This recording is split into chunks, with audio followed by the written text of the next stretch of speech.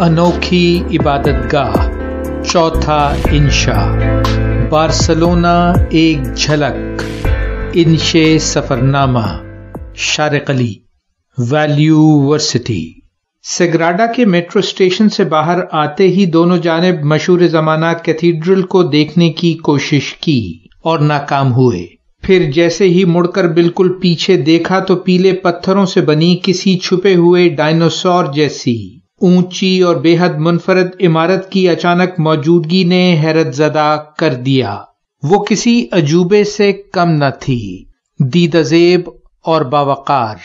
Cathedral کا تقریباً آدھا حصہ تو پیلے قدیم پتھروں سے بنا تھا، بقیہ حصے کا ڈیزائن بھی ویسا ہی لیکن نسبتاً نئے پتھروں سے جدید طرز میں تعمیر شدہ، اور کچھ حصہ ابھی تک زیر تعمیر تھا۔ عمارت بلا شبہ جدید اور قدیم تعمیراتی کمال کا حسین امتزاج تھی۔ ذہن پر زور ڈالنے کے باوجود مجھے اس طرز کی کوئی دوسری عمارت یاد نہ آ سکی۔ پوری عبادت گاہ ایک بلند اور تکونے احرام کی مانند تھی، جس میں سامنے کے رخ ایک سنگلاخ منقش اونچے سے محرابی دروازے کے ساتھ 4 بلند مینار اور ارد گرد گول گھومتے مختصر راہداریوں جیسے عمارتی سلسلے جو آپس میں جڑے ہوئے تھے۔ تعمیر میں جا بجا مذہبی نوعیت کی علامتیں اور مجسمے شامل کیے گئے تھے، جس سے پورا تعمیراتی ماحول عیسائیت سے عقیدت مندی کا بھرپور اظہار بن گیا تھا۔ اس کیتھیڈرل کے خالق انٹونیو گاؤڈی کی عقیدت کا اندازہ تو اس بات سے لگا لیجئے کہ وہ اپنے اس شاہکار میں مدفون ہے۔ 100 سال سے زیادہ عرصے سے زیر تعمیر نوکیلے میناروں والی اس عمارت کے 3 واضح رخ دکھائی دے رہے تھے، ایک قدیم، دوسرا جدید اور تیسرا زیر تعمیر۔ گرجا گھر کے چاروں طرف دنیا بھر سے آئے اور مقامی عقیدت مندوں کا جمگھٹا تھا، جو بڑی عقیدت اور تعریفی نظروں سے اسے دیکھ رہے تھے۔ عمارت کو چاروں طرف سے گھوم کر دیکھ چکے اور تھکن محسوس ہوئی تو دروازے کے عین سامنے چھوٹے سے باغ میں پڑی ایک بینچ پر بیٹھ گئے۔ میں سوچنے لگا، 8ویں صدی عیسوی کے شروع سے لے کر 15ویں صدی کے آخر تک کیٹالونیا پر تو نہیں، لیکن موجودہ اسپین اور پرتگال کے خاصے بڑے علاقے پر، جو آئیبیرین پیننسولا یا اندلس کہلاتا تھا، مسلمانوں کی حکومت رہی ہے۔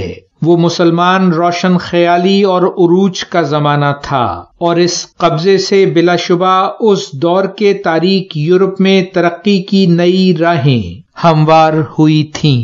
پہلی فتح تو بنو امیہ کے زمانے میں 711 صدی عیسوی میں طارق بن زیاد نے حاصل کی تھی، جب وہ شمالی افریقہ کے ساحل سے سمندر عبور کر کے موجودہ جبرالٹر کے مقام پر اترا تھا۔ یہ فتوحات عباسیوں کے دور میں بھی جاری رہیں اور مسلمان فرانس کی سرحدوں تک جا پہنچے تھے، لیکن وہاں فوجی مزاحمت کی وجہ سے وہ مزید پیش قدمی نہ کر سکے۔ ان کی عملداری اندلس تک محدود رہی، جس کا مرکز قرطبہ تھا۔ تقریباً 700 برس اس خطے میں قیام کے باوجود موجودہ اسپین کی ثقافت پر مسلمان کوئی واضح مثبت اثر چھوڑنے میں ناکام رہے ہیں۔ ایک بڑی وجہ تو قرطبہ پر عیسائی فتح کے بعد تمام مسلمانوں کو زبردستی عیسائی بنا لینا تھی۔ جو چند باقی بچے وہ حکومتی جبر کی تاب نہ لا سکے۔ آج بارسلونا میں مذہبی عقیدے کے لحاظ سے تیسری بڑی آبادی مسلمانوں کی ہے، لیکن یہاں کوئی بھی قابل ذکر بڑی مسجد موجود نہیں۔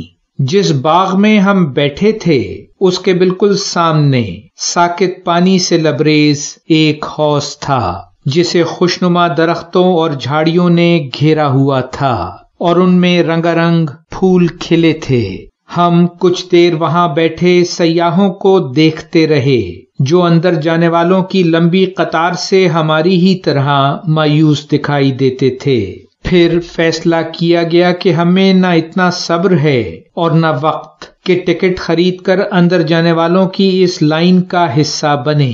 یہی سوچ کر کہ اب یہاں مزید وقت گزارے بغیر لا رمبلا کی جانب روانہ ہوا جائے، ہم نے قدم قریبی میٹرو اسٹیشن کی جانب بڑھا دیے. جاری ہے ویلیو ورسٹی، شارق علی.